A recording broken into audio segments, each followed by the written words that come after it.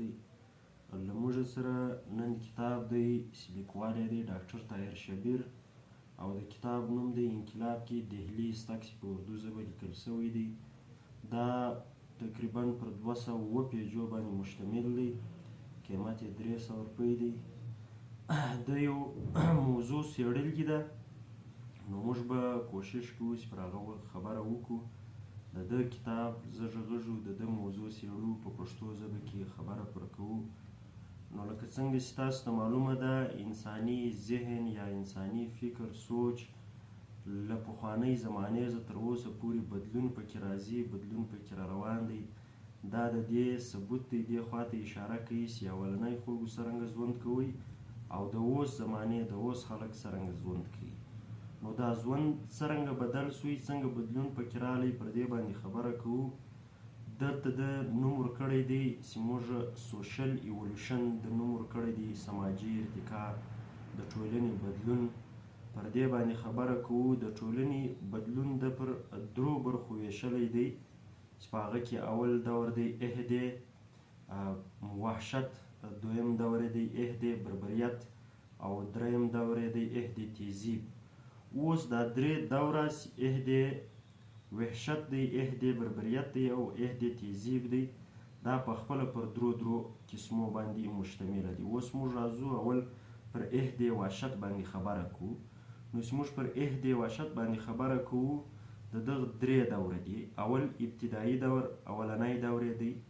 اولنی دور هغه دور دی چې په کوم کې انسانان د قدرت هر هغه څه خوري چې هغه د قدرت لخوا تیار ورته میلاوه شي. دا د عهد وحشت اولنی دور دی.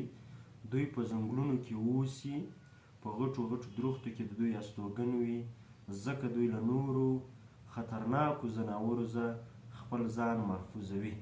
دوی په غټو درختو کې اوسي، د دې درختې بوټي چې کوم یا د درختې پاڼې چې کوم دا د دوی خوراک.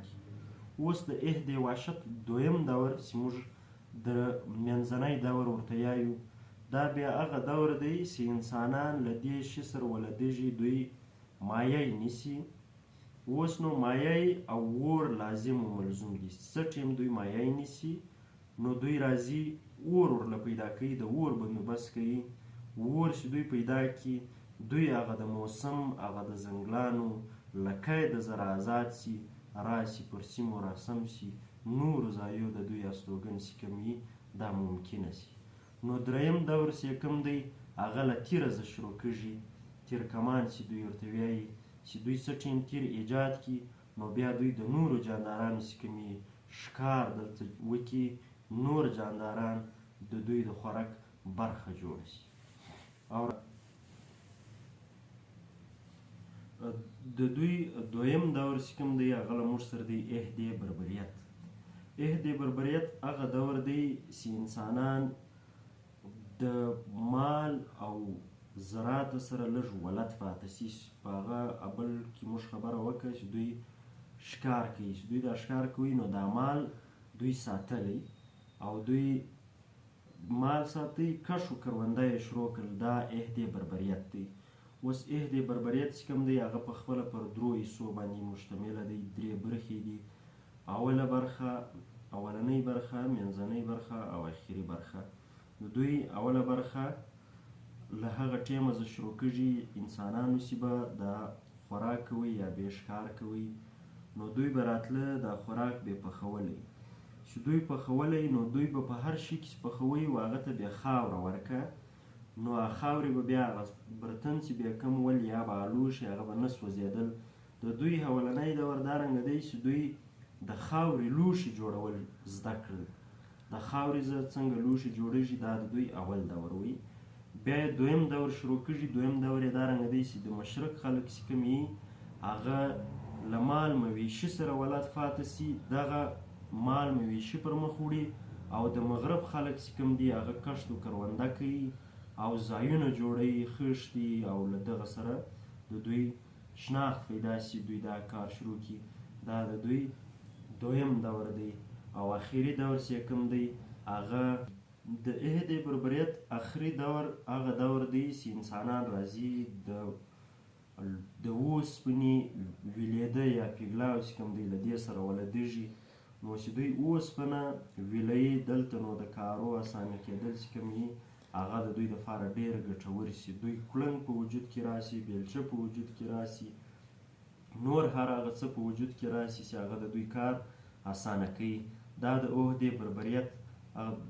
بربریت په دې آخري دور کې خو یو دوی چې کوم دی اوسپنه ویلېده شروع کړي، له دې سره سره دا په دې دور کې لږ لیک چې کوم دی لوست چې کوم دی دا هم په وجود کې راشي. خلک لږ لیک لوست کولی شي. دا د عهد بربریت آخري دور دی. او د دې بعد عهد تیزی موږ آخري دور له راځو چې عهد تهذیب ورته ویل کېږي. عهد تهذیب کې انسانانو د قدرت له ورکړو شیانو ځای چې دلې پر دنیا وجود و، له دې ځای نور کار اخیستل شروع کړل. عهد تهذیب کې انسانان پر مخ لاړل، د بجلي وجود رالی، بجلي یې جوړه کړله. چې بجلي یې جوړه کړله، له هغه سره قسم قسم مشینان دوی جوړ کړل. چې مشینان یې جوړ کړل، د دوی کار، د دوی په ستړیاوي او د دوی خوارۍ چې کومې ولې دا نورې اسانه سولې.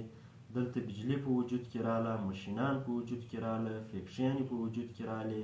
دا عهد تهذیب دی چې دا دور شروع کېږي. له دې بعد د عهد تهذیب بعد بیا چې کوم دي ملکونه په وجود کې راځي، د دوی د اسانۍ او د دوی د پرمختګ د ورځې لپاره. مننه.